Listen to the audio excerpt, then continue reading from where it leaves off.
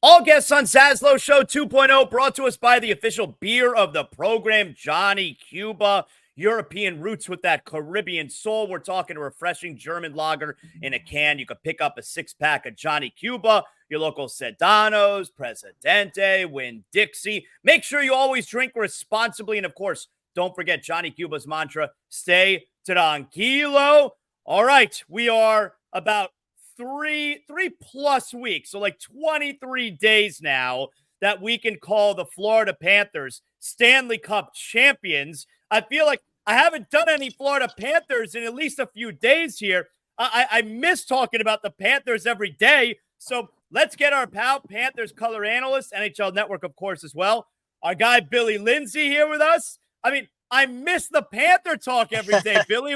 Like, it was obviously, I'm talking Panthers all throughout the regular season, but for 2 months straight with the postseason, it was just wall to wall Panthers coverage. And I miss it, Do you miss it right now? It was fun. I actually after all the emotion, the roller coaster, the nerves, the excitement of winning the Stanley Cup, I can't say I miss it. I'm extremely happy that those good days, but to get it finally done, I needed a physical and mental break. I know the players, so imagine what the players are feeling. Physically and mentally, it was just draining from a broadcasting standpoint, from a fan standpoint. Uh, After that first week, doing all the interviews, wrapping it up, had to fly up to NHL Network for a couple of days. Zaz, when I got back home, there was 4 days where I just crashed. It felt like, and this is without drinking. There's no drinking involved at all. Just kind of soaking it all in, and I was done. I was just done, and so that really tells you how hard that trophy is to win. The mental side of it, the physical attrition that these players put themselves through. It is hard to win that trophy. Now, let's go back to the final moments of game 7. When did you allow yourself to say they're going to do it? Like, did it take until the buzzer? Was it with about 10 seconds left and they got the puck pinned on the boards? Like, when did you finally allow yourself to say, holy shit, they're going to do it? Yeah, and that's basically what came out of my mouth was holy shit. This is what's going to happen, because it broke every broadcasting decorum. Once that game ended, everybody says, well, you have something scripted. I might have had something scripted for game 4, 5, 6. Let Doug have his big call and kind of go through it. Game 7, it's 6-on-5. Edmonton's pushing. It's 2-1. And this, to put in perspective, ZASLOW, is going to be the biggest collapse in NHL history. No sugarcoating it, or the greatest euphoria that you can feel. So I'm all over the place during that game, just waiting and waiting. Once it gets down to about 6, 7 seconds, I start to believe, okay, I'm just watching the clock. I grab a water bottle. I know it's close to me. I'm starting to celebrate everything that's going to come pouring out of me. Every emotion that I've waited for since as a kid, 5 years old, being around this organization for almost 30 years, every emotion just poured out of my body. And what came out of my mouth wasn't probably elegant. It was probably not perfect, not right, but it was just, so it's with about 5 seconds left that I believed, okay, we are going to feel that euphoria. It's going to wash over me. And I just started blurting out whatever. I basically became a rabid fan at that point. And Doug was able to keep his cool throughout the rest of that storm. But you can't believe it. I can't put it into words as how much those final few seconds waited. But it was down to 5 seconds until I finally started to believe in. Sometimes you wish maybe could have had a better call or something on it, but that's it. It's going to go down. Go down is what it is at this point. But so gratifying and so relieving at the end. I think as long as Doug was okay with the call, the way it unfolded, and it seemed from video, it seemed like he was more than okay with it. As long as Doug, the play-by-play man, is okay with the way it all unfolded, then I think you're good, Billy. Yeah, Doug was okay. He's a true class partner and was able to get it in, and that's supposed to be the shining. And Believe me, there's part of me that maybe wished that could have let Doug expanded more onto his call. Game 7, how many times that's going to happen into your lifetime. But Doug handled it. He's one of the best to work beside. He's so clean, never makes a mistake. I'm just wish he would make a mistake sometimes on air because I blurted out. But he was okay with it. We were hugging there in the booth. I think we're both ecstatic. But he was the one person that was able to keep his emotions kind of under control. I was not. This was just too long in the making. So everything that he handled, Doug was okay with it, and it came out. Panther fans seemed to like it. There was some that there was some hatred towards it. Whatever, it's all good. You know what? We got the Stanley Cup championship. We got the trophy, and that's all that matters at the end of the day. From what I saw, I think almost all Panther fans really enjoyed the call. You know, I Yeah. do. I think most Panther fans really, really enjoyed it. Isn't sports great where, you know, there was so much hype around it? It's game seven of the Stanley Cup final. And, you know, game 4 was a lousy game. And game 6 was a lousy game. And game 7 was the best game of the series. It was an incredible game. And that we get to finish this series. Obviously, you know, as Panther fans, it's the best, but it's so great the way sports work out that way that, yeah, the Panthers won, and game 7 was actually phenomenal. Yes, and you go back because the game 7s I've played in them. The first 6 games don't matter. They really don't. However, you got to game 7, blowing a 3-0 lead, whether the series was close, it becomes a Stanley Cup. It becomes an NCAA championship. It takes on that kind of feel, a life of its own. And the players go back into the locker room understanding, I got one game to play the best game of my life on the pinnacle of my stage that I have been dreaming about playing road hockey since I was 5 years old. I've been living for this moment. So you're able to bury everything in the past and playing into a game 7, even up there in the broadcast booth, and what you're going through as a player, as an athlete, Zaslow, you will never feel more alive or in the moment. It's comparable to the birth of kids. Okay, you've had birth of kids. You know how lost you are in the moment, Right. that nothing else matters around you, or on your wedding day. You're so engrossed of what's absolutely transpiring, and you can go back and vivid recall of those moments in your head and replay almost every second of it. That's so that's kind of what it's akin to. You'll never be more alive. Every atom, every cell in your body is just energized. You can feel the beads of drip, just sweat, or the sweat just dripping off your face. You're going back to the bench. Every shift is like overtime in game 7. It's really, really just hard to describe that feeling as an athlete, but it just doesn't get any better. And you're going to play your best and you're going to give it your all. And that's why I knew the Panthers had a really good chance in game 7. If these guys come out and play with their heart and play with their soul, and I felt that they were the better team, that they would be able to get that done. And that was the case. Edmonton pushed, and as you said, it was a phenomenal game. But that is everything and more that you can ever outside of what I was talking about in life. There are certain moments where you're awake, you're alive, you're in the moment. Those are one of those moments. Isn't it great how obviously we wanted them to win game 4, win game 5, win game 6, but looking back at it now, the way they won it, blowing the 3-0 lead and then winning a phenomenal game 7, so much better than if they would have swept, you know? Yes. So the whole hockey world's engaged in this, and everyone doesn't want to see the sweep. And you go to Edmonton, and it's loud there, and it's raucous. You got the best player in the game, Connor McDavid, Leon Draisaitl, not far behind him. And all of a sudden, everyone wanted to see Connor McDavid on this stage, and he explodes in game game 4, game 5. All of a sudden, Connor McDavid is taking over the series, and hockey fans are getting everything that they want. And Edmonton's blowing the roof off their building. It's going crazy downtown. No Canadian team has won the Stanley Cup since 1993. Now you get to a game 7 for the hockey world, and everyone involved. You got the best player in the game on the other side, Edmonton, coming back from this 3-0 hole, and the pesky Panthers on the other side, on home ice down here in South Florida.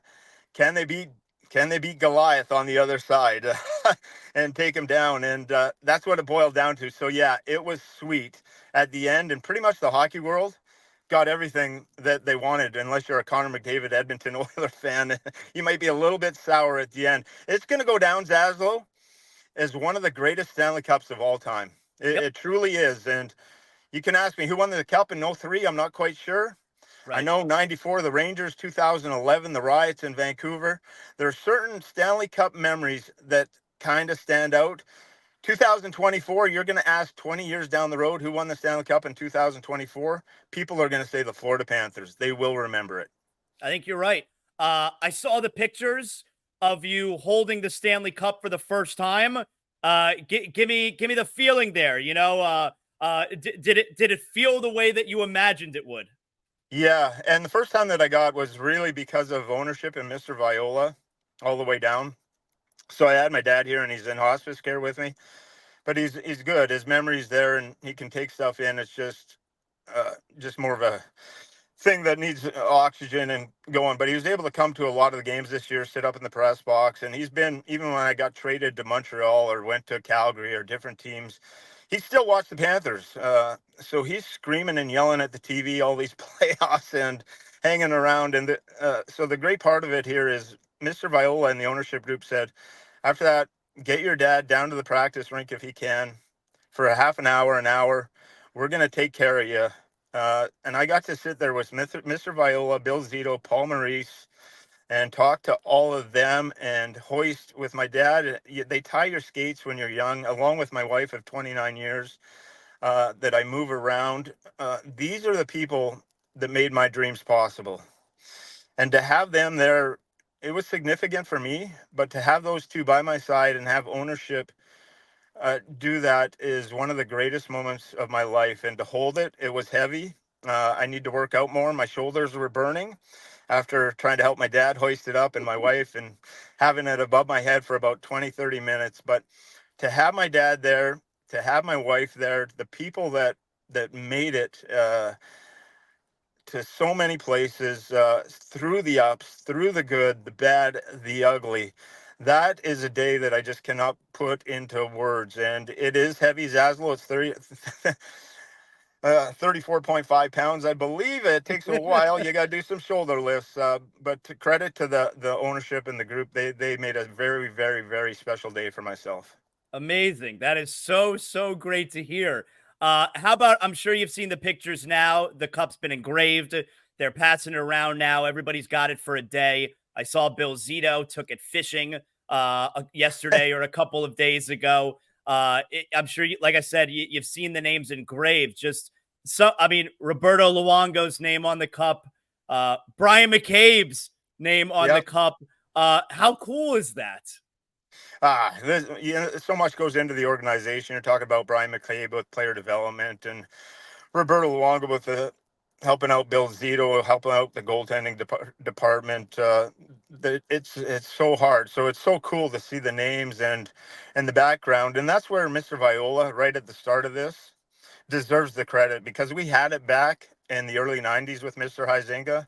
And this is no discredit to our other ownership. They just didn't maybe have the I guess the wealth or whatever to kind of turn this thing around. But Mr. Viola came in here, was committed to make this work and spend. It took him a while, a couple of years, I believe, of rotating and kind of figuring out. Once he did, he put people in position to succeed, and that was Mr. Huizenga. And once you're there, if you work hard and you do your job, you're going to be part of it. And that's what happened. He found people that are going to work hard, are going to do your job, and then it becomes a family from the top down. The salespeople, people in the office, the training staff, the coaches, the players have to perform, the broadcasters. You're in a position now, do your job, work, and we will have success and we will become a family. And when everyone's pulling on the rope in the same direction, when I sat down with that day with the cup and talked to Zito, talked to Mr. Viola, talked to Paul Maurice, after about half an hour, I got an understanding. I said, I really, truly understand now why we won the Stanley Cup. Because the players performed, but because of the leadership roles. of those men. When I sat down with those three and started talking hockey, I was like just so engrossed of how it worked from top to bottom and how they made this possible. Those are three phenomenal gentlemen, and it filtered throughout the whole organization. The Panthers organization is now a family, and when you have that, you're going to have success on the ice. You know, I obviously have loved this team since day one for, all 30 years. And maybe my favorite part has been the reaction after they won the cup and just taking it around and sharing it with the city, restaurant to bars to coffee shops and cigar shops, and just no extra security following the players around. No velvet ropes where you can't access them, just being with the people. And I think Broward County really fell in love with this team. Not only the run, but seeing the players' reaction and sharing it with the county. And I mean, Billy, like, I wanted to buy season tickets for this coming season. And, I called the sales guy. They're almost completely sold out, the entire building. So I didn't buy the tickets because they're just too high up. I didn't think it was worth it for me, But like, Yeah. the franchise is golden now, Billy. Like they're finally golden. They are. That's worked. You make the playoffs 4 straight years, President's Trophy, back-to-back Stanley Cup appearances, a championship. There was no trust there for a while. Yep. Zaz, we kept telling the fans, next year we're going to be okay. Next year. Well, after 15 years of abysmal hockey, what are you going to do as a fan? No thanks. Yeah, maybe I'll show up if it's the Rangers or something, but I don't have trust in what you're trying to do here. That's where it started. Mr. Vile, okay, you won a President's Trophy, faltered in the playoffs, but yeah, maybe there's something here. Okay, we get to a Stanley Cup final. We claw our way there from the bottom of the pack. Paul Maurice is starting to do something right here. The players on the ice, they work so darn hard. Let's go watch these guys, because when I go watch them, they're putting everything forth. They're giving every effort possible. So you start to build the trust of the fan base back, and now you got the trust. And then when you take it all the way to the mountaintop, you are able to really galvanize the fan base. And Zaz, in life, this is true, and so true in life. You have to fail. You're going to fail at everything. It doesn't matter. It's what you do with that failure. If you quit in that failure and get mired in it and get stuck, you're done. You'll never come out of it. But I heard a great speech it's called Fail Forward. When you fail, just fail forward, learn something from it. What did you learn from those failures? What did you learn from President's Trophy, then losing? What did you learn by going to the Stanley Cup and not winning? You're failing, but you're failing forward. You're going in the right direction. And that it's just a perfect metaphor for life, because you are going to fail in life so many times. But if you fail forward, eventually you might reach your goal. You might reach your dreams. So never stop pushing. Go. And that's what this Panther team did. They failed forward. And because of that, they got the championship, and they won over the hearts of this community with just sheer determination, guts, and effort when you watch them play. The whole thing was so wonderful. It was everything that I hoped it would be. And I want them to do it again now. I want to experience it again. Billy, I know you're going to get your real vacation now coming up, and I guess I think there's something like 80 days maybe until they get going again. It's not that long. It's not that far away until preseason games. Good luck for the summer workouts for the players. Yeah. Billy, great catching up with you. Huge congratulations. I think everyone knows what it means to you. It means so much to so many people. I'm so thrilled for you and obviously for all of us Panther fans. Really great catching up with you today. Zaz, I always appreciate it, man. You're the best. And yeah, we did it, man. I love our fan base, love South Florida, and thank you so much for everyone out there for being part of this journey. We did it. Stanley Cup champions.